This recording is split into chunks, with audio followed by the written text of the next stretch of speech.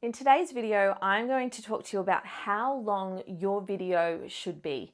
Now, this is a question that I get asked almost daily, so I thought it was about time that I created a video on that subject matter for you.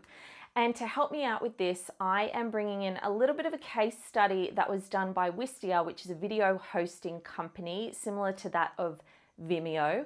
And they have taken data from over 500,000 videos and over 1.3 billion plays. So you know that this data is going to bring the goods. Now, spoiler alert, the human race has a ridiculously short attention span, but I think we all knew that. But in this study, Wistia found that essentially we had a pretty good attention span up until the 2-minute mark. Then after that, things seem to drop off pretty drastically. Now, the next minute mark that's important to note is the 6-minute mark. So between 6 and 12 minutes, attention seemed to hold as well at that point, which is good for anybody who makes tutorials or anything of that kind. But essentially, if you are going to make a video and you haven't done it before and you don't know what your audience can tolerate or enjoys, I would suggest looking at that 2-minute and under mark. All that being said, I think we need to apply some critical thinking.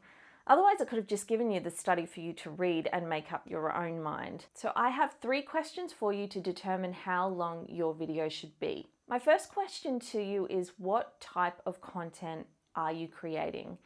Is it a tutorial? Is it talking head informational style? Is it entertaining? Is it inspiring or moving or motivational? And the reason that that's an important question is because all of those things lend themselves naturally to a certain type of cadence and a certain type of time stamp that they can withhold.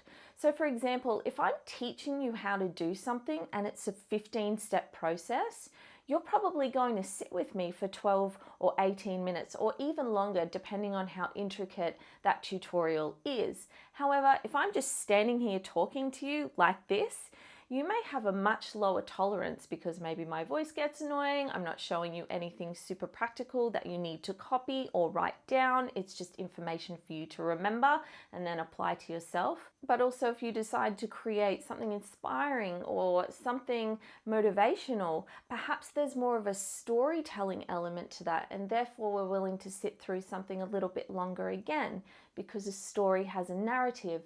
And once we're hooked, we're willing to go through the ups and downs of that story to get to the end and know the outcome. And then there's entertainment. And really, as someone being entertaining, how long can you actually be entertaining before you turn boring?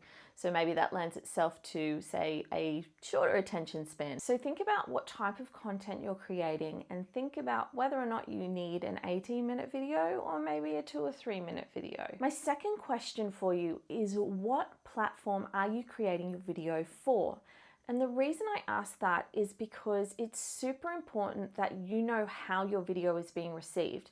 And what do I mean by that? I put a lot of my video out on Facebook, as you know. In fact, the reason that you're probably watching this today is because it popped up. Algorithmically, you may have engaged with something before. Maybe you even turn on the notifications to see this first. But I am interrupting your day. You didn't hop on Facebook to watch me. And if you did, thank you. But I do know that the reality is that you didn't hop on here to watch me.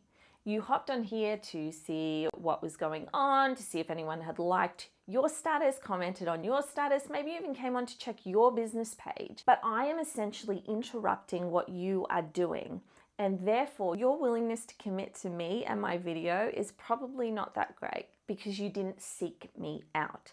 Now think about something like YouTube, where videos are found traditionally via search. Now I know that you go down a rabbit hole and there's suggestions and all those things, but generally speaking, we go onto YouTube and we type in what we want to know and we search it, and therefore we have a higher tolerance for what we find because we're actually looking for it. We want that knowledge. We sort that out. By considering the platform you're creating for, you're able to best determine how long you should actually go for. And my final question to you is, what is your audience responding to?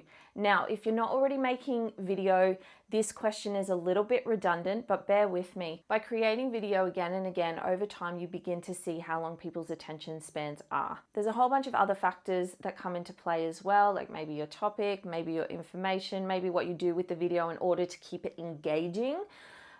But for the most part, you can start to see what people respond to and cater your videos accordingly. So they're my 3 questions that I wanted to leave you with. But for everyone, no matter whether you're a veteran with video or you're just starting out or you're somewhere in between, I encourage you to experiment. You never truly know what your audience needs or wants until you give it to them and they respond with their attention or their inattention. So to recap, what type of content are you creating? What platform are you creating it for? And what is your audience already responding to? But my one overarching piece of advice is to experiment. Just do it. See the response you get, iterate, and do it again. Thanks for tuning in, guys, and I will see you next week.